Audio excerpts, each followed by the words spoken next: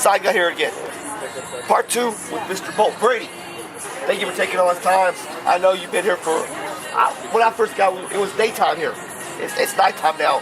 We've just been talking, drinking, having a good time. Oddly enough, it's kind of romantic to watch the sunset. Unfortunately, you're a man.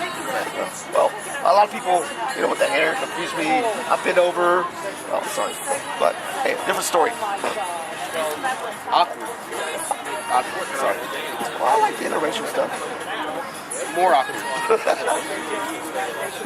Although I do like white women, but I can't really fight that. I'll probably go to jail over one day. It's happened to the best of us. I mean, look at Ike, look at Mike, look at OJ. OJ didn't do it. OJ did not do it. No, he did. He did not. He knows who did it, but he did not. It was Kato. Kato. It might have been. It was Kato. I know. It wasn't OJ. No. I firmly believe that. Yeah, so do I. Same with Christian Wall. Wasn't him either. It was Kevin Sullivan. Sorry. My opinion. Side guys think matters. Okay. I'll give you your opinion. Well, you're a Patriot fan, and your friend, Mr. Jack Jameson, is a Green Bay fan. Unfortunately, but I accept my friends for all the positive places and all the negative places. So what do you think about Aaron Rodgers being number 12?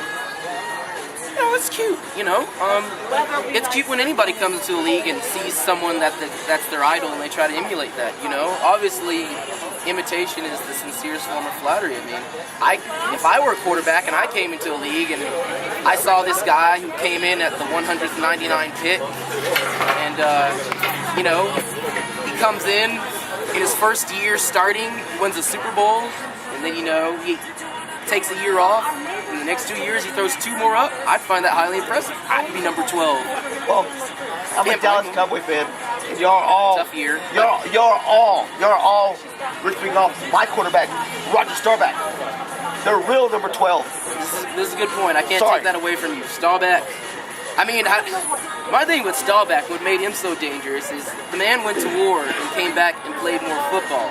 So as a lineman, what the hell are you going to do that someone shooting at him wasn't going to do? So yeah, I'd be pretty badass myself. So y'all all ripped off my quarterback number 12. Okay, I'll give you that. There you go. Cowboys number 1. Don't forget that. They're my number 1 NFC team. Thank you. All right, let's get back to wrestling. Back to wrestling. All right. Now, what is your outcome of your career? Where do you look forward to being? The big leagues. I mean, I wouldn't be in this if I didn't want to go to the big leagues. That's like getting into racing cars and saying, well, I just, want to race around the neighborhood. WWE, TNA, Japan, somewhere where I'm a contract. Somewhere where I wake up in the morning, instead of rolling out of bed and going, I'm late, going, okay, what time do I have to be to the arena? Obviously, I have a day job to fill in because, at this point, wrestling doesn't pay the bills. But, yes, my goal overall is to get paid, to make my living, to pay my rent, to pay my car, to pay all that other stuff that you have to pay with wrestling, with my skill alone. Well, what would you be doing if you weren't wrestling right now? What kind of hobbies do you have? My hobbies you can't really profit of. I like comics. You can't really profit off of that. I mean, over time, if you collect enough comics, but again, you have to have money to buy the comics to have them 40 years down the line. So that niches that out. I like parkour. Yeah, those guys don't get paid much. So if I weren't wrestling, I know I was looking into being a police officer. I'm pretty fast, and I have an advantage of being black, so I think I can keep up with black people. So I think I make an excellent cop. I'm sorry, that was just funny. I'm sorry. Well, I know that's not right. You're looking to be at TNA, WWE, Ring of Honor, All Japan Wrestling, the big names, AWA, even down in Mexico. AAA, CMLL, absolutely. Yes. What does Bolt Brady have to offer these companies that they don't already have there? Good question. You see a lot of guys who do A, do really good ring work. Look at Chris Hero. That guy's outstanding, but looks like he's never hit the gym in a day in his life. His promos are a lot like this interview. They're not really promos. He's just talking for 5, 10, 15 minutes. Honestly, at the end of his promos, I forget what match he was in. So you have a lot of guys who do B, and you know, they throw you from ring post to ring post. You know, they throw you around and all that. But you know, that's all they have. He's big. He looks nice. You look at Rob Terry. There's one. Yeah. Enough said. But you have guys who have C, who, man, they talk, and they talk, and they talk. And then they get in the ring and do the same 5 moves over and over. Which, I mean, honestly, if I could be C, I would take C. To get paid to do the same 5 moves and just talk all day. I mean, I think, ideally, that's... But anyway, that's neither here nor there. But very rarely do you have guys who do this. Have A, B, and C. And I think that's what I bring. I'm not the strongest guy. I'm not the slowest guy. I don't have the best mic skills, but I have pretty good matches. So I think I have the best overall, all-around package. And that's really what you have to have these days.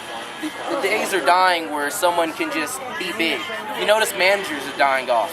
Why? Because they're bringing guys up in developmental that can talk.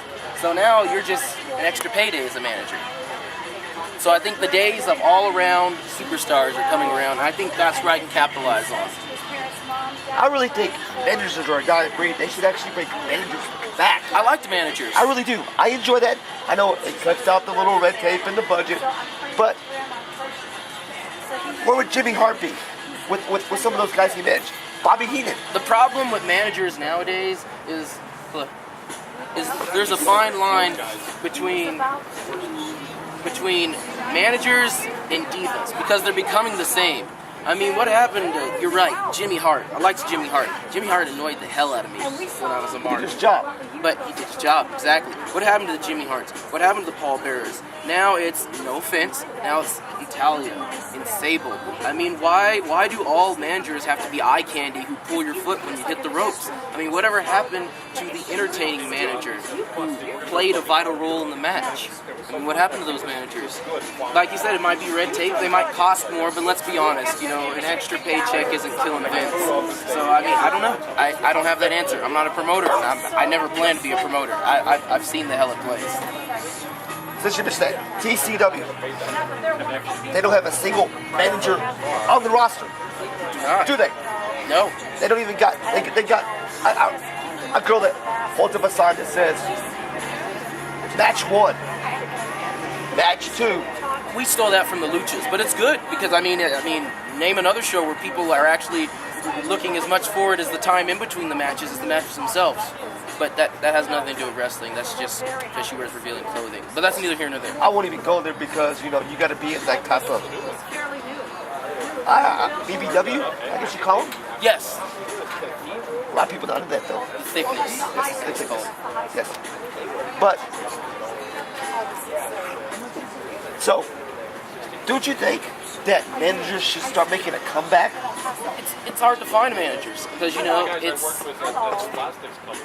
you get it to where it's almost like nobody wants to be a backup quarterback anymore. Everyone wants to be in the center of things. Nobody wants to be a backup quarterback. And for a manager, you're essentially training how to make somebody else look good. And it's hard to find guys that are willing to do that. Obviously, they play a vital role. If you look at any 80s wrestling, I mean, almost everybody had a manager back then, and you see how much they played into the match. Honestly, it makes the guy in the ring do less work. Well, you watch Ring of Honor, yes or no? Here and there. Not as much as I'd like to. More often, I watch Ring of Honor just for the matches. I don't follow the storylines. I like to have good concepts, but if they slowed it down and stretched it out, they look a lot better. Well, they got an up-and-coming manager called Truth Martinez. I haven't seen him. Carries a book with him. Okay. The Book of Facts. He actually does a good job being a manager. He really does. You got a chance to check him out. I will. If they had more managers like him, managers would be making a comeback. They would. But right now, like I said, I just feel that manager and diva are interchangeable. And they shouldn't be, but they are right now. Well, Brady, Side Guys Corner, Sir, thank you for your time. I know you've been having Your time. a lot of messages and stuff going on. You're a busy person. Even though the man, hang time with me, his girlfriend's been texting about the ass. Yeah, Where are you? I'm Where are looking you? for a Where are dinner. you? So, Even though I just ate, but it's fast metabolism, I'll eat some more. well, thank you, sir. Appreciate your time. Thank you. Well, Sign, guys.